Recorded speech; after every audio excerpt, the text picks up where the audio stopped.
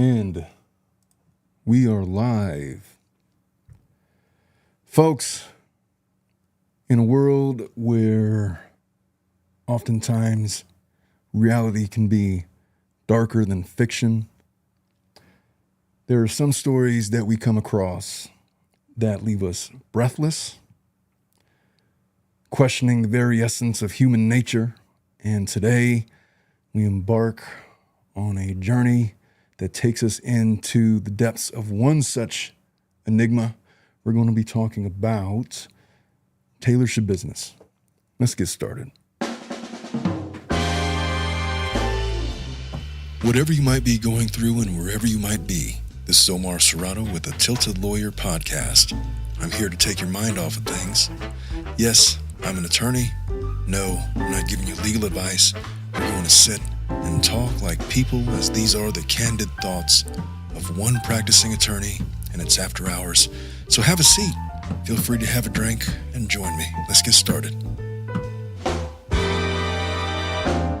Good morning, folks. It is Saturday morning.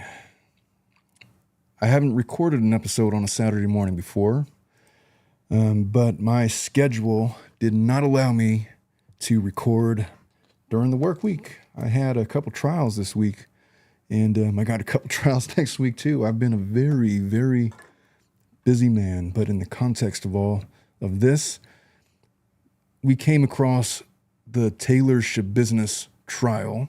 She has been an individual who has been on my periphery for some time. I first came across her on a YouTube clip that was circulating, whereby in front of the judge in the courtroom during a pretrial hearing, she attacked her former attorney, just physically assaulted him for seemingly no reason. And she had some kind of a grievance with that guy, and she was restrained by a couple of bailiffs, and that's how she kind of came onto the national consciousness. But then you started to look further into her case and what's actually been going on there. It is a bizarre tale of intrigue that we just couldn't ignore. And truth be told, we've done a lot of heavy-handed cases in the last few weeks. We did the trial of Rex Humerman, not the trial, the murder trials, the Gilgo Beach murders of Rex Humerman. Prior to that, we did the Shad Thyrion case, where that guy, in cold blood, decided that he was going to murder his 3 sons. One of them literally ripping them out of the arms of their mother, who was trying to save their lives.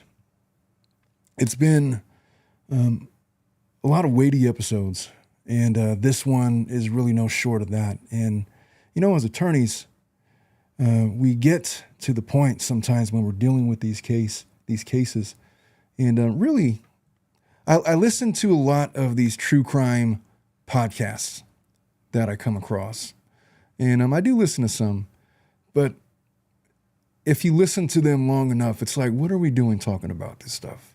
And I addressed this during the Shad Thyrion case when I was, what are we doing here? We're doing a show on why this dad decided to murder his 3 children. And here we have a case in Taylor Schabusiness, who, in a drug-induced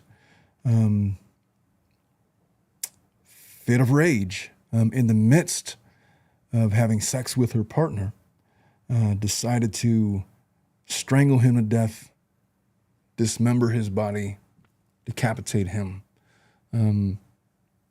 Was she remorseful about it? It didn't seem like she was. It was she was in this bizarre malaise as she spoke to the police. And by the way, before we get too far deep into that, this is a family show. If you have small children listening to the show, I apologize. I should have done this warning a little earlier on, but we're going to be talking about some very sensitive subject matter, and I'm not going to get into all of the explicit, grisly details. There's plenty of information out there if you wanted to Google search that on your own. Just it's disturbing if you're really interested in those grisly details. I'm really more interested in the human aspect of all of this. In the midst of trying to decide what this show was going to become, I spoke oftentimes that in the very beginning, this was going to be a show that gave legal advice and, or at least try to point people in the right direction on how to navigate some of their cases. It evolved into, something else. It evolved into us covering these cases and apologize while I just make sure that we are recording. And you know what, before I get too far deep into this, give me 1 second, folks.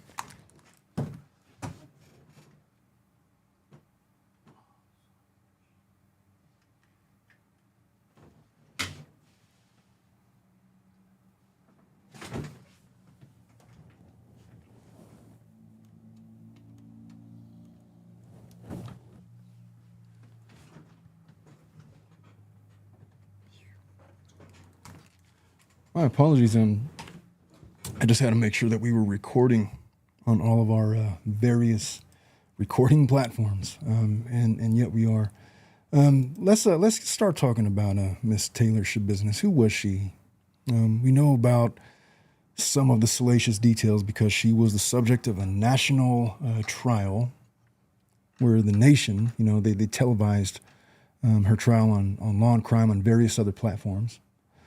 We know about some of the more explicit details, but when they in the course of after she was convicted, they brought her father in, who's sitting currently incarcerated in federal prison.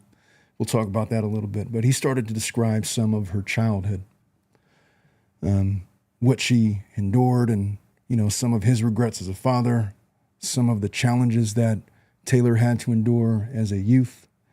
The difficulties in, I guess, an abusive relationship where she was with a guy that turned her onto methamphetamine and, led her down this vicious spiral where, if you look at her now, she resembles a zombie. She is very much seemingly soulless. Is that because of her voracious appetite for narcotics that has left her void of a soul from her abuse of methamphetamines and various other things? Is it because she is possessed by a demon, as if this were a horror movie and her soul is being kept under wraps? Is it because she's seen so much tragedy in life that she no longer has an ability to display emotion or empathize with the human endeavor? Is it because she has a mental illness? Well, we're going to talk about all of those things. Taylor Schabusiness was born November 23rd, 1997. Her mother died about 14 years ago when Taylor was just 12 years old of alcoholism. And after the death of her mother, she was sent to live with her grandparents in Texas. And just going into some of that, she was a resident of Green Bay, Wisconsin. Did she have a criminal record prior to that? Previously, she did face some legal trouble, but it was nothing too out of the ordinary. There was charges against her for fleeing or eluding or obstructing justice, obstructing officers. At the time, on January 4th of 22, she was sentenced to 3 months in prison with work release privileges. So she committed some crime. She got 90 days, and they put her on work release. And if you're unfamiliar, that is a sentence that the district attorney usually gives to individuals who maybe it's their first offense, maybe it's a low-level crime. So they sentence them to, say, 90 days in county jail, but we're going to let you serve that through community service or some kind of a work release program where you're literally reporting to the jail. They're not putting you in a prison cell per se, but you're going to work for the county. And it's a way to resume your life and not lose your job and still be a mother or father or a wife, a husband, whatever it is, your responsibilities. And You'll pay your penalty to society and hopefully learn some valuable lessons and go on about your merry way. That was the hope for Taylor Schabusiness. Around that time, she was involved with a young man named Shad Thyrion. And if you were wondering, there's pictures of him circulating all around. He's a kid. Both of these individuals, really. They're both around 25 years old. She's born in 97. That puts her about 26.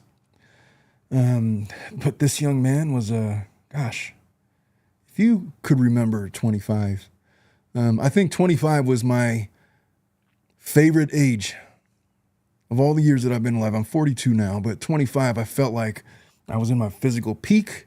There was nothing that I couldn't do physically. I could run forever. I could lift forever.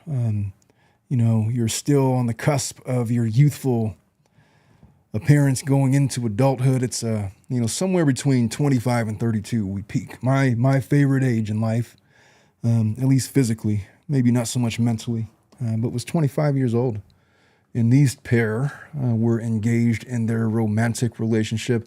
How they chose to define it is really anybody's guess. I don't know what they were. I don't know if they were headed towards marriage. I don't know if they were just friends that liked to do drugs together and do other things together in the midst of their company. But on February 23rd of 2022, Schabusiness was arrested in relation to the death of Thyrion. And, police opened a probe into Tyrion's death after his mother, Tara Pakinich, found his severed head in a bucket in the basement of her home. That led the cops to Schabusiness's house, where the cops reported she had dried blood on her clothes when they had arrived. If you look at some of the video footage of her arrest, you could see that there was blood on her hands. Investigators also discovered some of Tyrion's body parts that were located in Schabusiness's vehicle. She had a clear plan of what she wanted to do. It's arguable whether or not you want to say that she formulated this plan to murder and dismember her friend prior to it happening, or if it occurred during the act of them having sex, which is what she said to the cops. The story that she gave is somewhat vague and ambiguous. One officer, Alex Wanish, and by the way, if you work in law enforcement, if you work in law, as I do, lawyers are on the front lines of these cases in a much different way than law enforcement. If I were to liken this to the military, law enforcement is like the Marines, or, they're the first ones on the scene, or the Army, they're the first ones on the scene, and they do all of the dirty work, and then they usually bring in units to do some of the cleanup and pick up. But there's always that first wave, and law enforcement gets to be the first wave. And so all of these grisly details, they experience things that lawyers never will. Imagine in the course of your job, you happen to come across a severed head in a bucket. Well, sure enough, there it is. There is video of the police discovering those grisly remains floating around on YouTube, and you can look those up if you like, but it's on a lawn crime. They did extensive coverage of this case in terms of video evidence, and you can see their reactions. Yep, that's a head. The damnedest thing. But imagine just walking into that and you're having to carry that stench of grisliness with you as you come home and try to somehow resume a normal life. But as Officer Alex Wanish reported, he says he goes downstairs. I went downstairs. At the bottom of the stairs to the right, there was a green bucket with a shower towel on top of it. And just to verify, we had an actual head in the bucket. Lifted the towel off, and there was, in fact, a human head severed in the bucket. So Schabusiness is, she's arrested, she's interrogated, and she confessed to spending the previous day with Thyrion and smoking meth with him. A criminal complaint explained that Schabusiness responded that the police were going to have fun trying to find all the organs as she dismembered the body. It gets really, really, really dark going into some of this stuff. Pardon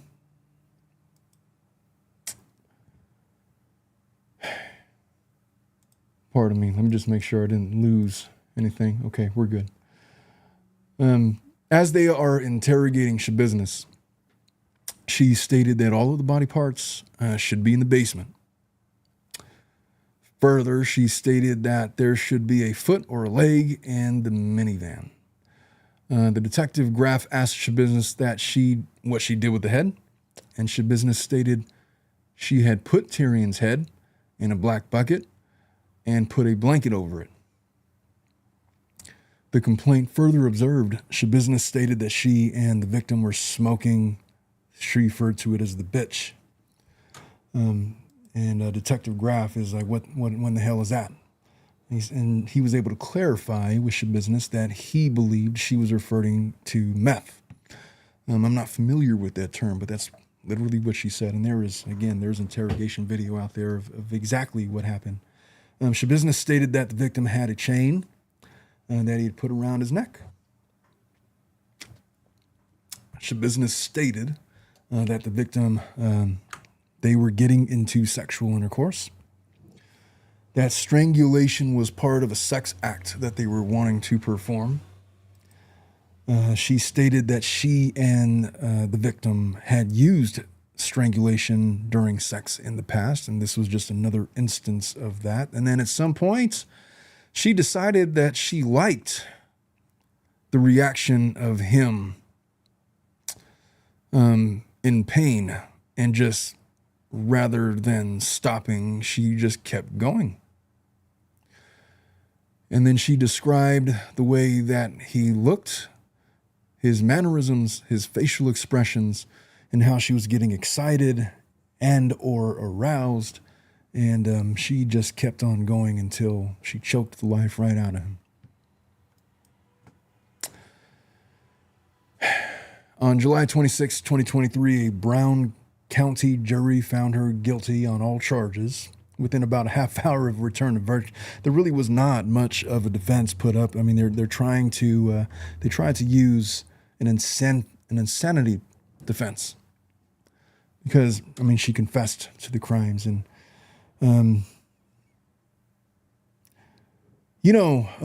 I've spoken with psychologists who have investigated these individuals that claim insanity as a defense. And there are genuine cases of insanity. I myself have gone to interview individuals while they were incarcerated who were suspected of not being competent to stand trial.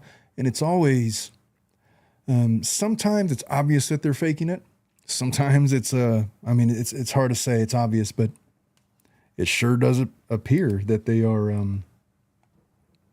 not competent to stand trial to me, let alone have a forward conversation with me to advance theories on their defense or have them participate in the process of going about the business of trying to preserve their freedom. And other cases are more ambiguous. It's funny because we have these ideas of what we believe is normal in the context of human communication, human conversation. We always think that we have a handle on what to expect when we interact with people, but there's always these outliers. And is it normal? Is it not normal? Is it, is there something wrong with this person? Is there a mental illness? We like to think that we know what we would do in certain situations or how we would react. One of the things, I started talking about this at the very beginning of the show.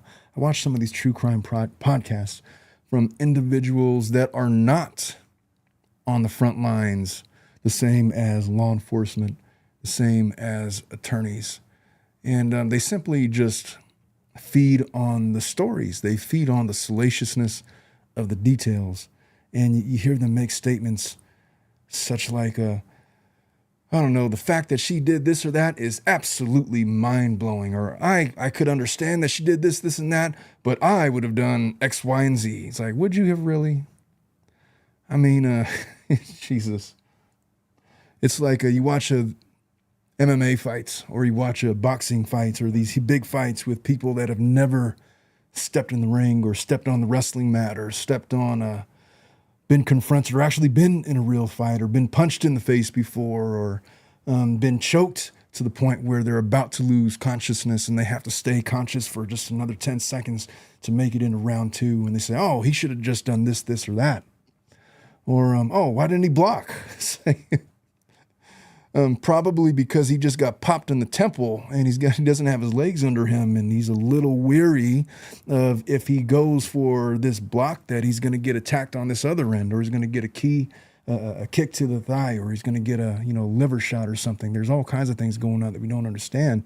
And here with Schabusiness, if you've ever sat and talked to an individual that is convicted, or not convicted, accused of a crime, I often go back to this one story. When I was a young attorney, one of my jobs was to do all of the things that the head attorney at my firm did not want to do, which is most of the things. But one of the things that I did was I had to go to do these jail visits. And so I walked in, and I would do these jail visits at various prisons amongst the state of California, up and down. I've been all the way from San Diego, literally, to Northern California to do these jail visits. And one of them sticks out particularly that rings of the same tenor as this Taylor Schabusiness case, whereby there was, and I've told this story before on the podcast, but it was this young man, about the victim in this case, Thyrion's age, 25 years old. He was lured to this house in Paris, California. If you're unfamiliar, it is like this desert area in Southern California that is mostly desert, but it's next to a lake. It doesn't have a huge population, but it is one of the more rural, if that's the correct word. Not rural in the sense that it's in the middle of nowhere, but it's just, it's a little more deserty than you would imagine, say, LA County to be. But he was lured to this house by proposition of a threesome.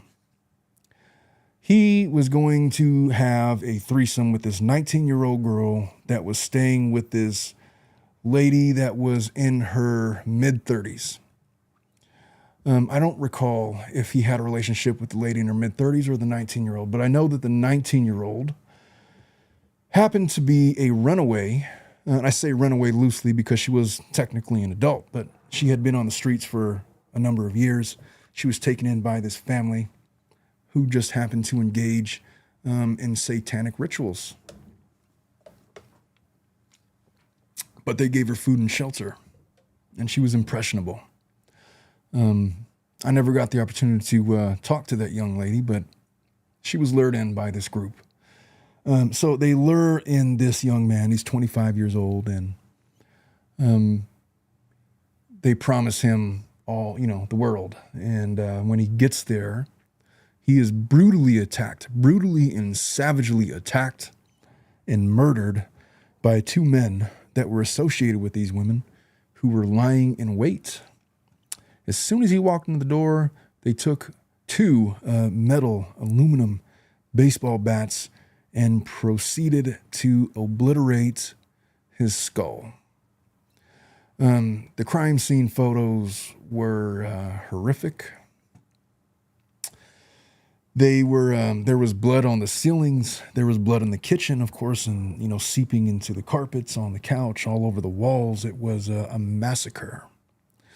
They didn't try to dismember the body per se by way of a kitchen knife, the way that Schabusiness did in this case.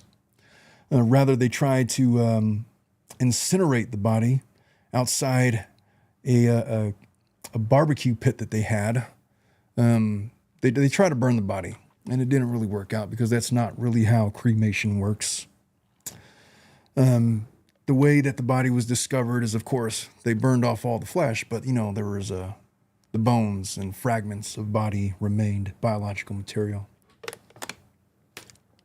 They were able to very quickly identify the victim, and the way that they found the perpetrators in this case. They rounded up the women pretty quickly.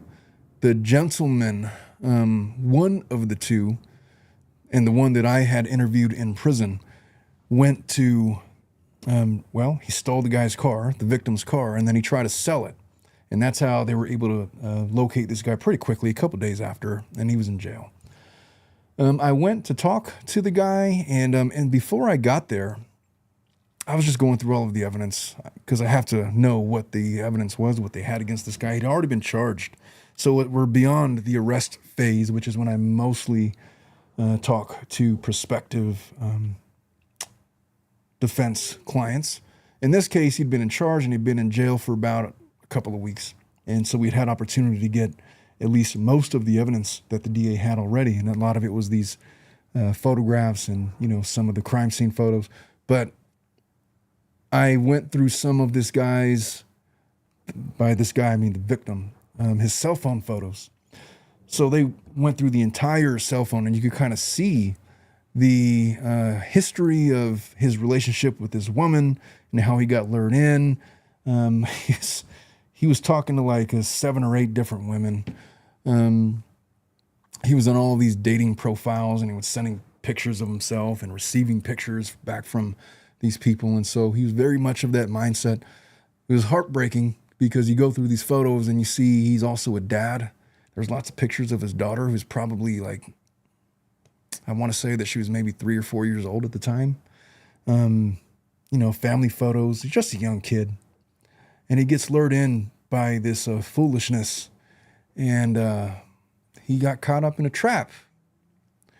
I wonder how much he was keyed into the fact that this lady that he was speaking to was engaged in satanic rituals. If you ask me what form of religion she practiced, it's easy to say Satanism. But in my experience and all of my studies, that's not so much a religion as it is a theological philosophy that runs the gamut of many different ideologies, which I guess, if we're being fair, you could kind of say the same of Christianity, a theological philosophy that has many offshoots and interpretations and such. However you want to phrase that, I'm not even going to begin to get into that discussion. It doesn't seem that she was forthcoming. Do I know whether or not that she intended to have that guy murdered? I'm not so sure if it was her idea any more than it was the other 2 guys. And I know I'm getting off topic because we're supposed to be talking about Schabusiness. But that case that I had reminded me of that case, in that when I went to go talk to one of the gentlemen that murdered the victim in that case, the interview that I conducted with him was similar to Schabusiness, not for the context of him confessing to his crimes, but just it was similar that he was just devoid of the material of the human soul, is the best way that I could put it. There's lots of video footage and pictures circulating of Taylor Schabusiness out there floating around. It's always striking to me to recount when she's in prison, when they're going over some of the more grisly details of the crime. She makes these facial expressions. She has this constant, permanent smirk sketched onto her face. One would describe it as very villainish, very Disney villain smirk that she has. Not so much Cheshire Cat as much as it is Ursula from The Little Mermaid, or Maleficent from Sleeping Beauty, before they turned her into Angelina Jolie and made her a sympathetic figure. But so I talked to this guy in prison, and the look in his eyes as I'm going over the evidence, it wasn't one of excitement. It wasn't a look of a concern. It wasn't even a look of fear because, oh, they have all this evidence against me. It was just this blank, empty void. If I told you that his eyes were black, I would be lying to you because I don't remember his eyes being black. I don't remember what his eyes specifically look like. I just remember that when I looked him in the eye, the feeling that I got was one of emptiness, a void, a hollow bag of flesh where his soul might have been, but no longer is. If you listen to Schabusiness speak, it's very, very much the same thing. There's a little girl in there somewhere, but somewhere in the deep recesses of her mind, there was this girl that had hope, that needed love, that craved attention, that craved affection. Her mother, there's not a lot known about the details of it. All I know about her and her family background is that her mother is deceased since she was 12. Her father is sitting in a federal prison somewhere. How much of what she needed she actually got, it almost doesn't even really matter anymore, does it? It's hard with these cases. You know, I wanted to do this show yesterday, but, you know, the truth is with cases like this especially, it's so difficult sometimes to do these cases. There's always so much. There's always so much that I have to endure because I'm on the front lines. Like just yesterday, I, pardon me. Let me just make sure that we're up and running before I get too far into this. I think that we're okay. I lost where we were at. Oh, perfect. Isn't that nice? Pardon me, folks. All right, I'll just do this one. Just yesterday morning, I had a case, you know, and it was not a murder case or anything like that. It was a family law case. It was, I was dealing with a client that, you know, the case itself was very routine. But the subject matter lent itself to this lady was just distraught. It was a case that was involving her children. And it was, you know, I don't want to go into the details of the case, but just know that it was a case where she felt that she was fighting for her child. She felt, because the judge was making certain orders, awarding father visitation time, that she was losing her child. And I spoke to her the night before on the phone, and she was in tears. I spoke to her the morning of. She was in tears. She came with her sister, with her mother, and before I walk into the courtroom, you know, they all kind of cornered me before I walked in to the courtroom, and they just wanted me to know how they felt. They didn't know anything about the law. They didn't know anything about how I should proceed with the case. They didn't know about, you know, case strategies or anything like that. And it was almost beside the point. They wanted me to know that they wanted me to tell the judge how the child felt.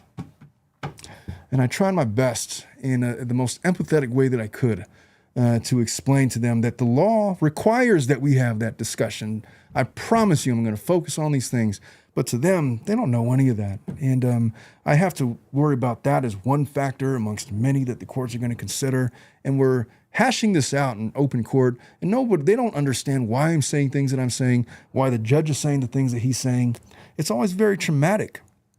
And it goes back to my philosophy of practicing law. It's that there is no set, defined justice that we all seek.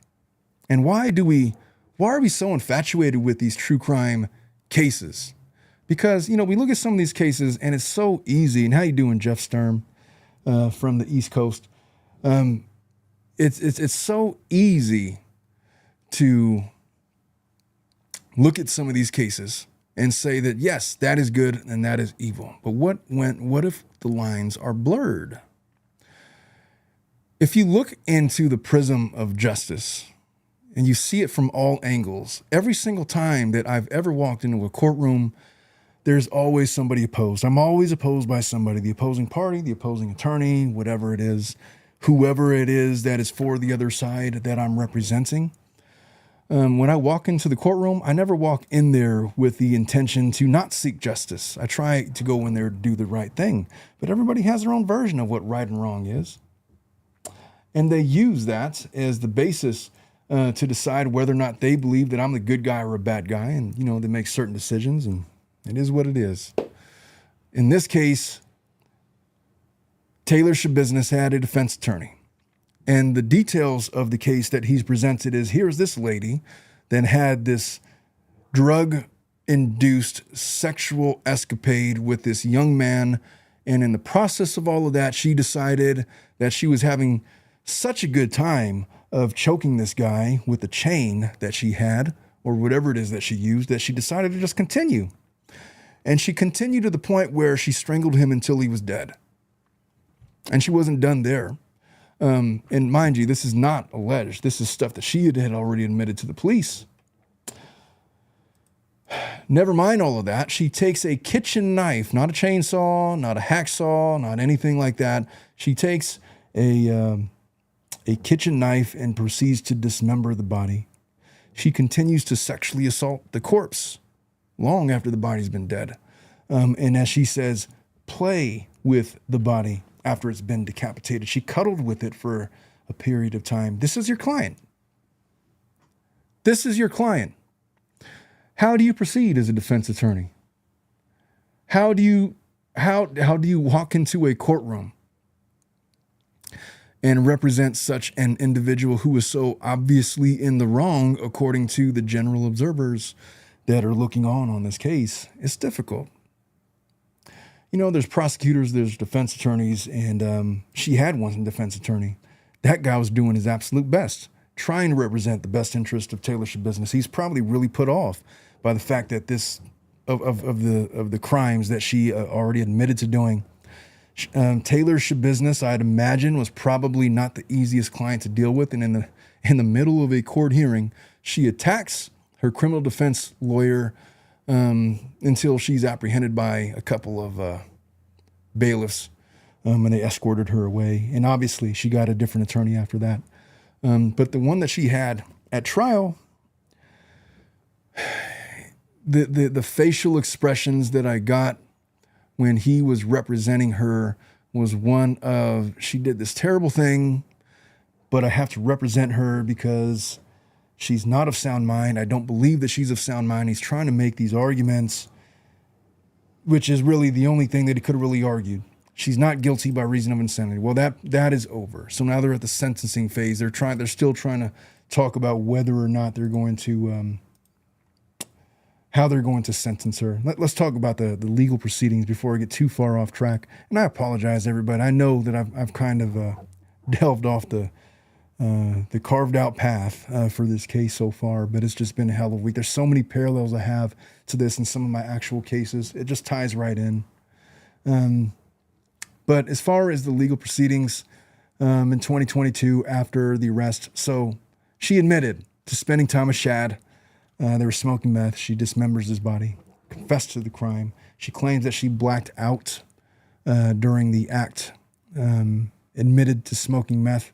As far as the details of that, we were going into some of those before I had gotten sidetracked. Let me make sure I'm on the right track over here. I don't want to skip over anything.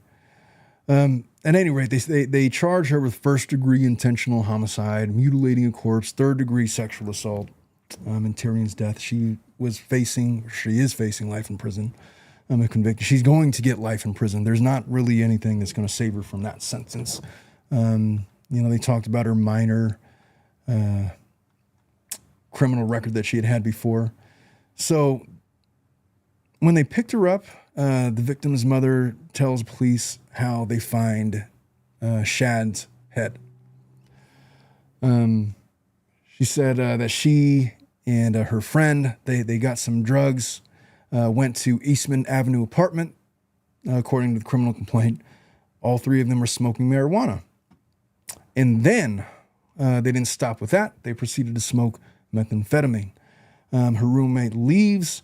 Schabusiness injects Thyrion and herself with trazodone, which is an antidepressant. And at some point, Schabusiness and Thyrion returned to his mother's home and went in the basement. The two of them were, for all or much of February 22nd, at Tyrion's mom's house. But she was out of the house, of course, on the day of February 22nd. About 5 minutes after they went into the basement together, Thyrion got out two metal silver chains. One that he had around his neck and one that he gave to her. Schabusiness tells police that she described the chains as a dog's choke collar. She said, again, that this was kind of part of their routine. They had done this before. So he lays face down on the bed, and Schabusiness said that she just kind of went crazy, began to choke him with the chain. And she said that she did not stop, even though he was coughing up blood and his face had turned purple. How sane was she at the time that all of this is going on? Well, she was on marijuana. She was on meth. She was on antidepressants. She was probably high as a kite.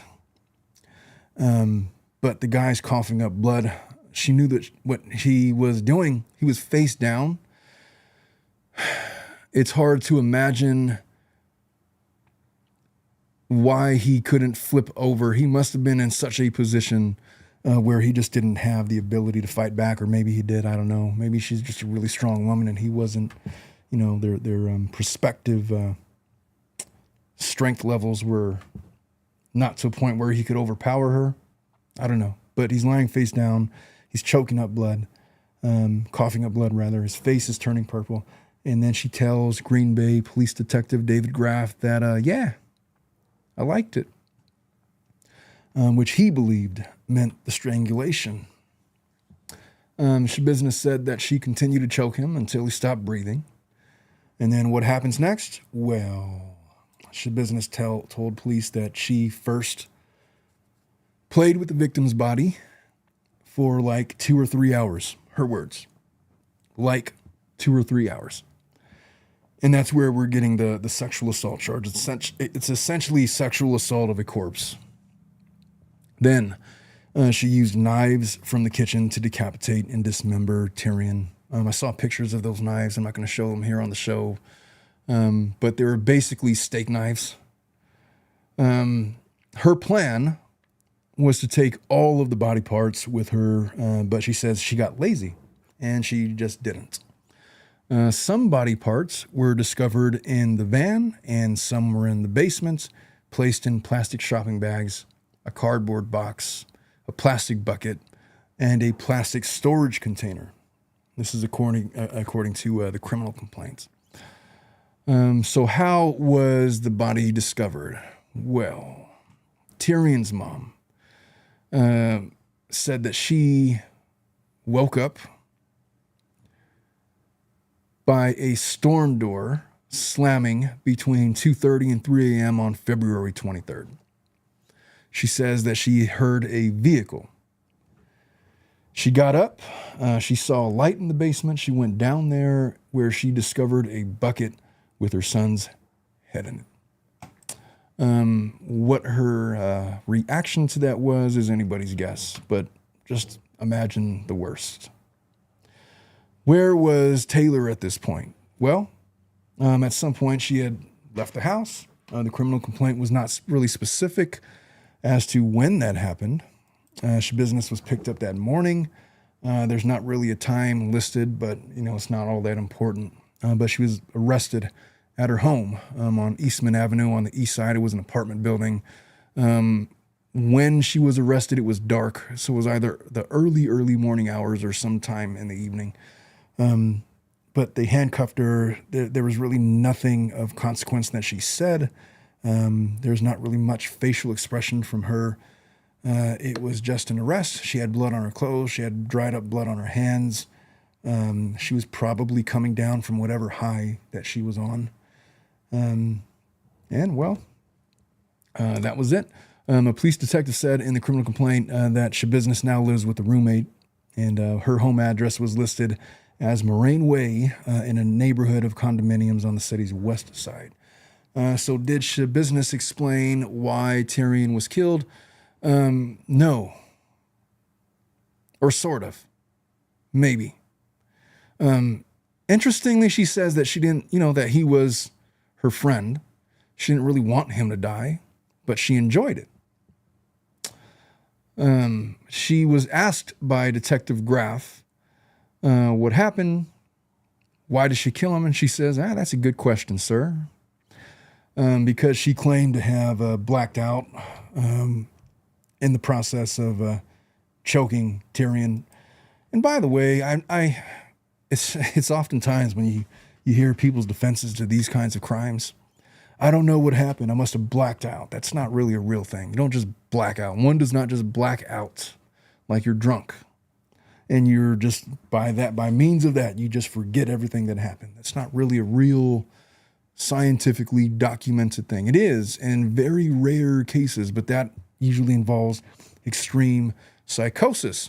And I'm not a psychologist, but in the discussions that I've had with criminal psychologists, that's generally the consensus, that blacking out 99% of the time is not what happened. They are full aware of what they did and why they did it, or what they were doing, when they were doing it. So she claims that she blacked out. She said that she had regained consciousness before he was dead, and before dismembering him. Interesting. So she's not really saying she blacked out because she's trying to, offer some defense. She admits, I regained consciousness. I realized he wasn't dead yet. I'm still choking him. And again, she was conscious before she decided to dismember him, which demonstrated for a jury. Motive, clear intent, clear plan.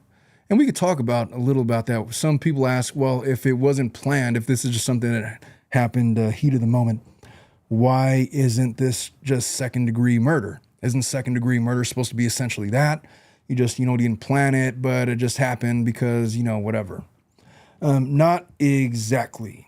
There's not a clear-cut, defined timeline for what this, for how to define what heat of the moment means. Like, for example, there is obvious planned kills. Like if you've been planning for months and then you carry out an executed plan to murder somebody, of course, that's first-degree murder. But how long is it required for you to plan to murder somebody before it becomes not heat of the moment, but okay, this is what I want to do, this is what I'm going to do, and now I've done it. Heat of the moment sometimes could be like you lose sanity. The one that they most typically refer to in heat of the moment cases in law school, for example, is the case of you walk in on your spouse in the midst of a romantic tryst with some other guy or girl.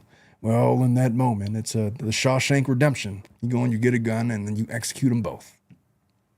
That, in some cases, has successfully been argued to have been a second-degree murder type of case because it was the heat of the moment. Or something just happens where in the moment you're so irrationally angry that you do something that you would not have done in your right mind that it becomes a heat of the moment crime. But in a case where you claim to have blacked out and then regain consciousness, and then you continue doing and carrying on as you were before, you've had the time to reflect upon what it is that you're doing, and you had the ability to stop it, and you did not, which lends itself to this idea that it was a plan that you carried out. You didn't have to do it. You were not driven by adrenaline. You were not driven by heightened emotion. You had an ability to collect yourself. That's not second degree murder. That is a murder in the first, sir, or madam. And so that's how we differentiate it. That's why this case was first and not second-degree murder. So going on, she admitted that she and Thyrion, again, they were smoking a substance that she referred to as, she used an obscene slang term for methamphetamine. She also made some comments that, according to the complaint, that she had indicated that she had not planned to kill Thyrion before she started choking him. Schabusiness, she made the comment that, I'm already this far, so she just kept on going, referring to choking the victim. Schabusiness stated that she enjoyed choking him and made comments to detectives asking if they knew what it was like to have to love something so much that you can kill it, the complaint says. That seems that sounds like a quote from Kafka that I just read yesterday, coincidentally, the synchronicity of the universe. But Schabusiness stated she enjoyed choking him and made comments to detectives asking if they knew what it was like to love something so much that you can kill it. Folks, you ask me to define things oftentimes on this show, legal terms, motives, intents, things like that. But that quote, which is not a direct quote from Taylor, by the way, but you can find her direct quote in her videotaped interrogation. But she's making a distinction between love and hate, the way that we react to such emotions, the things that it drives us to do, and how the two are not always logically connected. Have you ever loved something so much that you knew you can kill it? I personally do not know that attachment to that emotion, but clearly there are those out there that do, and you find them in these cases where if I can't have her, then nobody can. Or if we can't have this perfect life, then nobody can have a life. And you get these murder-suicide cases. There's nothing in what Taylor said about her friend that lent itself to any logical connection to what she did to him. He was her friend. She says that she loved him so much that she wanted to kill him.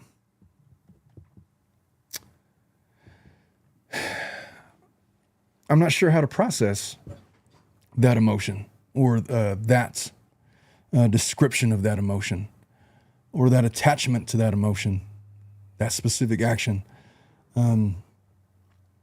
But it just further lends itself to, as much as we think we know about what we would do in any given situation and what should be done in certain given situations, how complex the human brain really is, how complex human emotion and the fragility of the human state actually is, that sometimes our good intentions are so skewed by, say what you will, tragedy, by tough upbringing, by chemical intoxication, by mental illness, that the lines between good and evil are substantially blurred to the point where you get this case.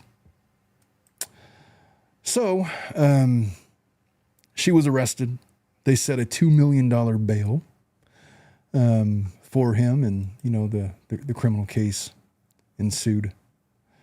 Let me get back to what I lost my notes in the midst of everything. I apologize, everybody, but let me get back into what I had.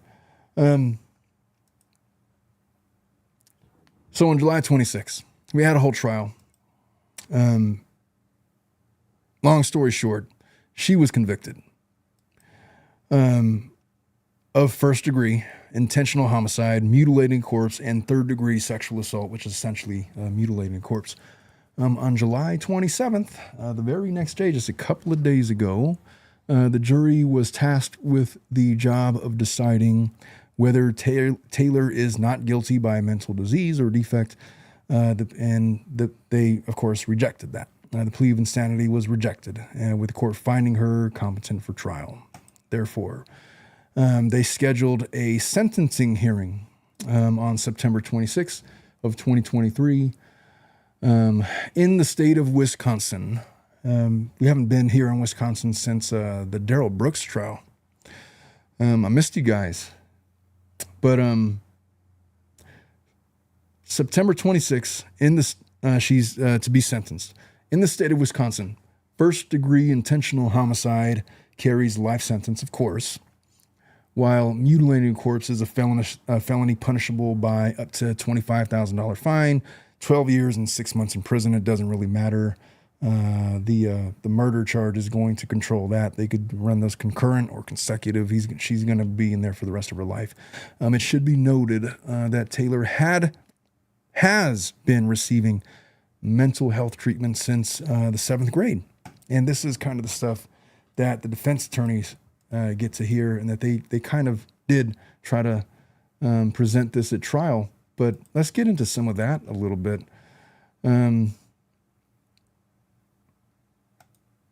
We already talked about the murder, how the body was found. So we had mentioned a little bit about Schabusiness's background, that she was once convicted of fleeing or obstruction of justice from the police. She was sentenced to 3 months in jail, that she did a work release, which means she didn't do it in jail. She did like community service. Following the testimony from Thyrion's mom, authorities eventually, they located her via a GPS tracker from her ankle. So it wasn't really difficult to find her.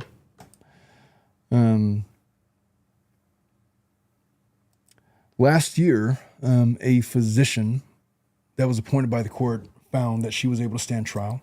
Her attorney said at that time that Schabusiness has been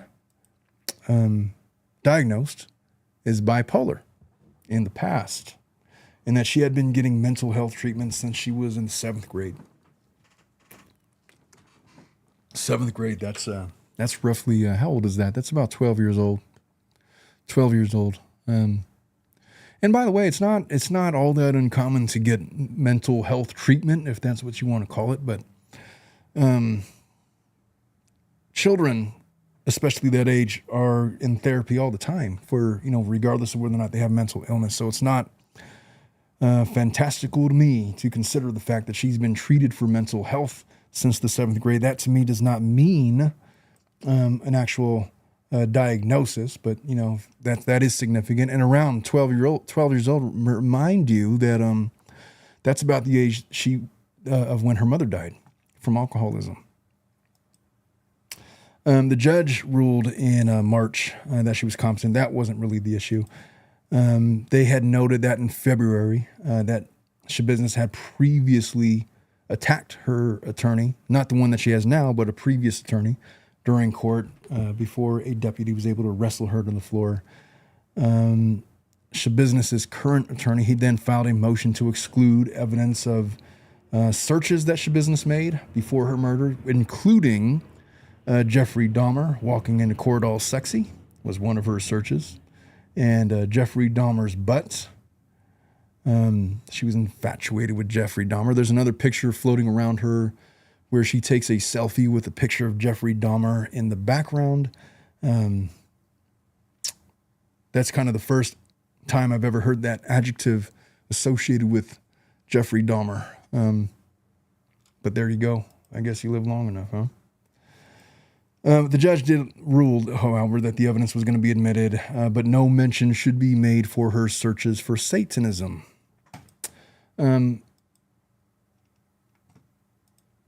That's really the extent of really what's out there in terms of official information that's been out. But bipolar, I mean, it's a common term. It's somewhat overused. Everybody's bipolar, right? Or narcissistic, or they got major depressive disorder.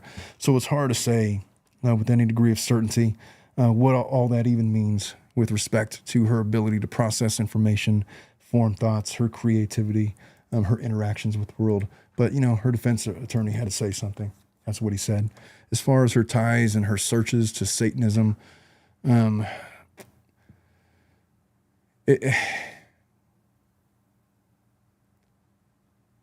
whether or not to classify Satanism as a religion, I kind of broached that specific topic. There are Satanists out there, particularly in the 60s and 70s when that religion was started. There was an actual book of Satanism that was very popular. It was by this guy.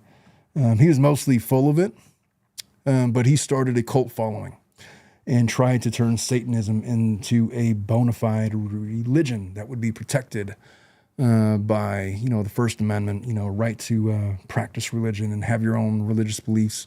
That was litigated in the Supreme Court, no less. And really where we stand on that is, without getting too far off course, is you can practice whatever religion that you want, but you cannot use religion as the basis to commit crimes, essentially. And they drew the line at bizarre rituals that involved animal sacrifice, human sacrifice, obviously. You could have your religious rituals. You just can't hurt people as a result. Is kind of where it's not as simple as that, but it's the long and the short of it. If you were curious, maybe I'll do a show on that if anybody's curious. But you have the right to practice Satanism as you want, if you want. And what it would be in practice, to practice it legally, it would have to be essentially a philosophy, a theological following of some religious ideology that you attribute or subscribe to.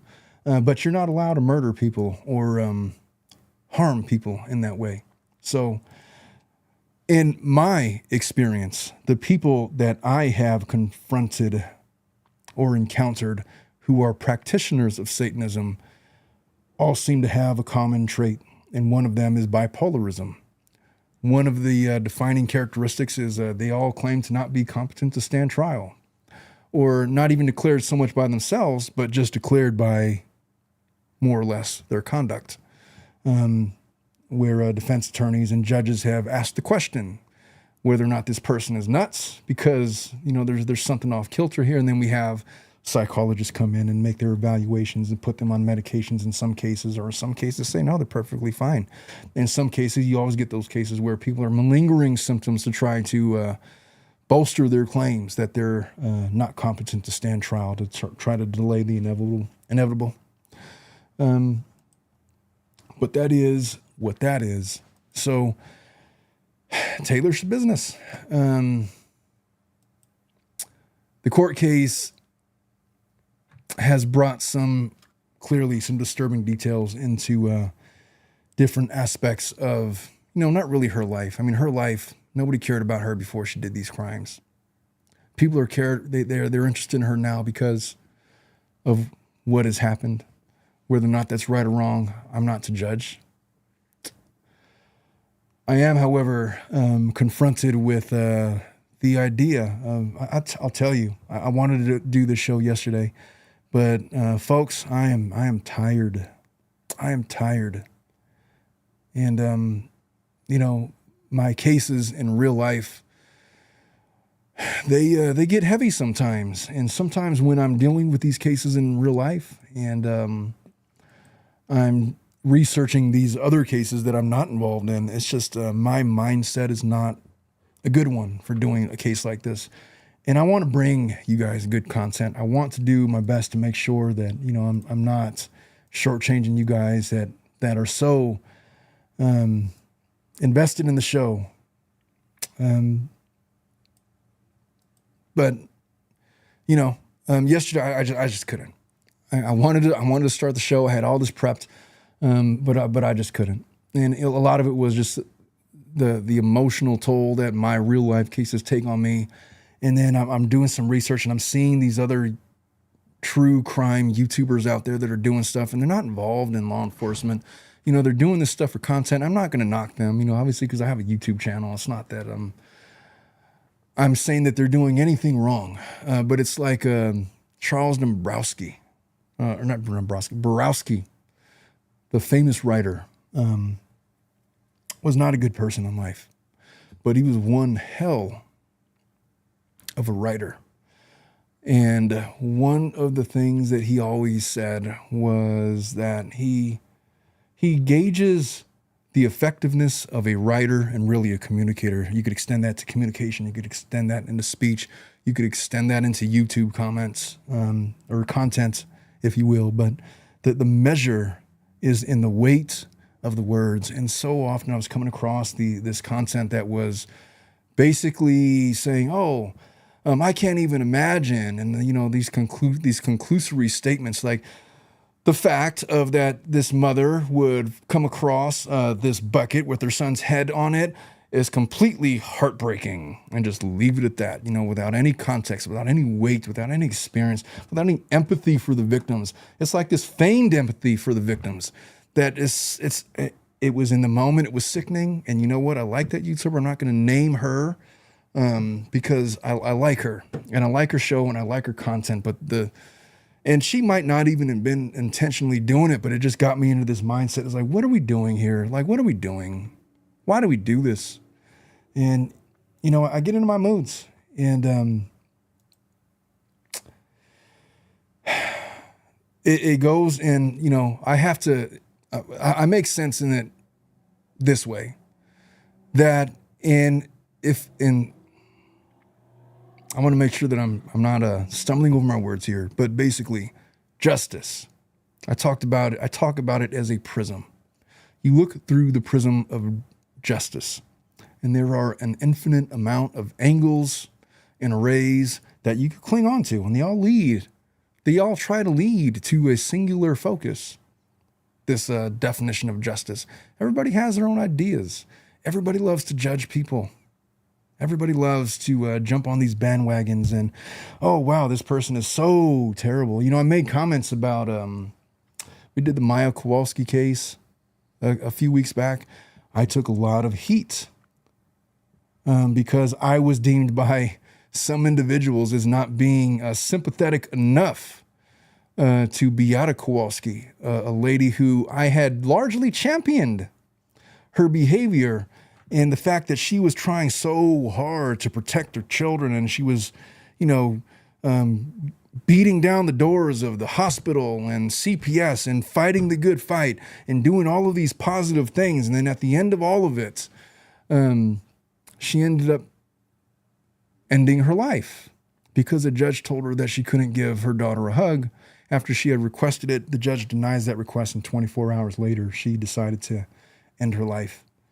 And people did not like my reaction to that. And my reaction was one of, I don't have an opinion about whether she made the right call on that or not. I only have the question of how is her daughter doing? Because her daughter's still alive. Her daughter was the one going through this medical illness that she had. And now she's living with possibly the guilt of her being in this situation leading to the death of her mother. And she's going to have to find a way to reconcile that for the rest of her life. While all of this good work that she had done, that she had left in her wake, that was being, fought by the attorneys, that was being fought by doctors that were on her side. Well, we didn't get to see that case out to her fruition. And then in the midst of all of that, there was a certain segment of the commenters on that video that I had done that suggested that Beata Kowalski did this because she was being accused and she knew that if she was out of the way that her child would be able to come home. And I was looking all over for that narrative. It's like, when did she ever say that? Was there a suicide note? Did somebody uncover something that I missed? No. And so here's what happened with that. Here's what I suspect happened with that. In the course of us trying to make sense of all of this and finding some common thread, some common justice for Maya Kowalski, for Beata Kowalski, a narrative was invented that sought to make Beata Kowalski a martyr. That didn't come from anywhere other than our common consciousness. It was the only way we could make sense and try to turn this into a positive thing. I'm not going to make those kinds of judgments. I'm not going to make those kinds of evaluations. I'm not going to judge Beata Kowalski's actions. And the only reason I even bring this up is because, these cases, why are we here? Why are we listening to these salacious cases? We're trying to understand and find common ground, honestly, of humanity. We're so divided on so many different levels. And people say that, oh, we should just tell it like it is. But how it is not always so clear. How it is to me is not how it is to you. I am a lawyer. Breaking news, right? But there's a lot of lawyers on YouTube. And I watch some of their content to try to get inspiration from the show. And I could tell you what, for the Tilted Lawyer podcast, I've been going for about a year. I've decided what it is that I'm going to be. What I am not going to be is a stick-up-the-ass lawyer that comes up here and reads criminal complaints and gives you the ABCs of the law. Yeah, I could do that. Sure, I do that. I do that. But I'm not going to, for me to be able to work in this profession, to not overly saturate my soul with guilt, with grief, with empathy for my clients, with victims in these horrific cases, I have to find a connection to humanity, which is really stating that I'm trying to find a connection to justice somewhere, somehow. And the way that I do it is on this show. I don't give legal advice. I'm not here to teach you guys about the law, but you are going to learn a whole lot about the law on this show. What I'm really trying to do is find a connection to you all, because I am on the front lines of these cases. I fight these cases. I fight CPS directly. I'm the guy that represents people like Beata Kowalski and tries to reunite her with her children. I'm on the front lines fighting lawyers that are trying to keep her down, trying to fight CPS, trying to defend criminals that may or may not be guilty. I fight these cases. I try to keep children safe. I try to do all of these things. And I have to make certain evaluations about whether or not my clients are telling me the truth or whether they're not. Sometimes the lines are blurred. Sometimes it's obvious, such as in this case. But more often than not, when I walk into the courtroom, half the courtroom thinks that I am the personification of evil. And that's just how it is. You know how I know that? I mean, because I've been a lawyer for a long time. But if you just read some of the comments in that Kowalski video, there's people that are saying that I'm this vile person because I did not fall down and worship on my knees and praise Beata Kowalski as a martyr. Even though I did a whole 90 minutes basically deconstructing CPS and talking about the perils and CPS of that particular agency and all of the damage that it could do from my perspective as an attorney. But, that is from my perspective, from my particular array out of the prism of justice. And not to get too preachy with you guys, I apologize for doing that. But if you're listening to my show, if you've been following me, and there is a growing number of you, and to me, you guys are family. Oftentimes the show is really my therapy I feel always a million times better about my career and about what I'm doing and just in general in life, just because I get to do this show. I'm very thankful for what it's become. I'm very thankful for what it's becoming. I've made a lot of friends of a lot of you. I know all of the regulars, and we're starting to get more and more people, and it's an exciting thing to do. However you consume the show, just know that you are family to me, whether or not you choose to look at my ugly mug on YouTube or you just want to listen to my voice on the podcast. You guys are family to me. And I'm always going to try to find a connection to all of you. The human connection is really what I'm mostly concerned with. The law takes care of itself. The law is really not all that difficult. The only difference between me and you is that I spent, probably over 20 years of my life trying to learn what the law is and what it isn't and how to define it academically. What I'm trying to do now as an attorney, 10 years into this practice, is trying my best, trying my damnedest to connect the legal profession to that small gray area of human empathy that allows regular folks to connect with lawyers in a way that is not so destructive. So that we're looking at lawyers, not so much, though there are evil lawyers out there, believe it or not, but we're not all like that. Most of us are sincerely only after justice. We, through our many cases, have a view of what that is, and our clients tell me what their version is, and our opposing counsels and the opposing parties tell me what their version is, and we try and work diligently to figure out what those things are. But ladies and gentlemen, before I go too far off on a tangent, I've been going for quite some time on the show. It's been, I try to keep the show down to an hour. I'm about 20 minutes over that now. So I think it's time to end. But this has been,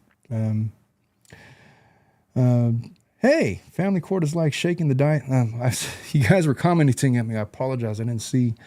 Family court is like shaking the dice. Sometimes, no matter what is presented, the judge rules. That is 100% true. And, that's another show for another day. But one of the things in our engagement letters as family law attorneys, we have to understand that, look, sometimes the law that makes the way that we interpret the law that makes sense to us is not the way that it's going to make sense to the judge. And the worst part about family law is that we don't get the benefit of jury trials. We have to do these bench trials, which is one guy's opinion or one female's opinion about their interpretation of law. And that's the one person we get to convince, as opposed to, say, a panel of 12 jurors, which is probably how it should be. But I don't think it's very realistic, just given the amounts of resources that would take up. It's just not realistic. But in a perfect world, family court would be held with jury trials. It's just not, at least not in the state of California or any other jurisdiction that I'm familiar with. But all right, folks, it's been one hell of a morning. It's about 92 degrees in my office because the air conditioner isn't working. Because I'm here on a Saturday morning and they don't turn it on here on the weekends, but that's okay. For all of you out there, make sure that you keep your loved ones safe. Tell everybody I love you. Give them a hug. Go out and do something. Go make memories. Make sure you keep your doors locked. Make sure you know who your loved ones are associated with as best you can. You just never know what's going to happen in this crazy world. And you know what else? Say no to drugs. I've said that's the 80s. But if there's one takeaway from this case, do not mix marijuana with methamphetamine and antidepressants. Jesus Christ, what was that about? Who was this? Janice Bailey. Welcome. It's her first time here. She says, master's and a CJ research, just a few minutes of listening. You have a great heart and want justice. As we know, the law is not the same as morals. Oh, that is for sure. The law is very oftentimes the antithesis of morals, the very antithesis of common sense. And we try to make sense of it. And it's what's so maddening about this profession. Not even maybe about a month ago, I did a show with Eliana. By the way, she's about to pop any day now. That's why she hasn't been on. I hope to have her back in, the next couple of months. But she's off. She's on maternity leave or going to be on maternity leave and doing all those things. But we were going about talking about one of her cases. And then it was some point during the show, I was like, do we still want to be lawyers or what, man? Because this case sucks. I think we were talking about, I can't think of it. Yeah, oftentimes we have those thoughts. Beeble Knievel, how are you? She watched that doc last night, and I'm sure her husband implied that she did it for that reason. But others than that, she was kind. Like, where did that come from? Husband implied that she, yeah. Well, yeah, it's hard to make heads or tails of the husband in that case. I know you're talking about the Kowalski case. They had their issues. I spoke positively on that episode about the husband, and people thought that I was taking his side or whatever. I was not taking sides. It's just the reality of it was they were in an impossible situation, and husband was trying to maneuver as best he can. He was laser focused on doing whatever the courts wanted him to do to get his daughter back. Beata was taking another approach, and she was, trying to do everything she could forcefully to impose her will on the system. And, they were just not united. They were not aligned in those regards. And one method is not better than the other. But I could tell you that if I was Beata's attorney, I would have been telling her the same things that our actual attorney was telling her. That, look, we have to do these things. We have to stay quiet. We have to make sure that we don't give them any excuse whatsoever to speak negatively. If they want to say that you're being a pain in the ass, I don't care if they say that. They can say that all day, but you can't violate these specific orders or it's going to delay things. She's probably having those conversations. But oftentimes when we have those conversations with clients, they perceive it a different way. They perceive it as if we're taking this side of the government, and we're not. We're trying to win your case. I can't tell you how many times I've sat with mothers or fathers or the parents of defendants, and, you know, as they were crying and trying to explain why things are the way they are, and it just doesn't always connect. Thank you, Beeble Knievel. I know you've been with this pretty much, I don't know, from the very, very beginning, but pretty much from the beginning. And I always appreciate you showing up and saying hello. All right, guys, I got to wrap this up. I want you guys to have the most wonderful of weekends. And we will see you guys all next week. Bye-bye. Whatever you might be going through and wherever you might be. I didn't mean to cut that so abrupt. My audio is not working for my video, so I'm not going to do the outro video. I'm going to edit it. I'll add that part in. But once again, I love you guys all. And thank you so much for stopping by to have a morning chat with me on this Saturday morning, July 23rd. I will see you guys next week. Bye-bye.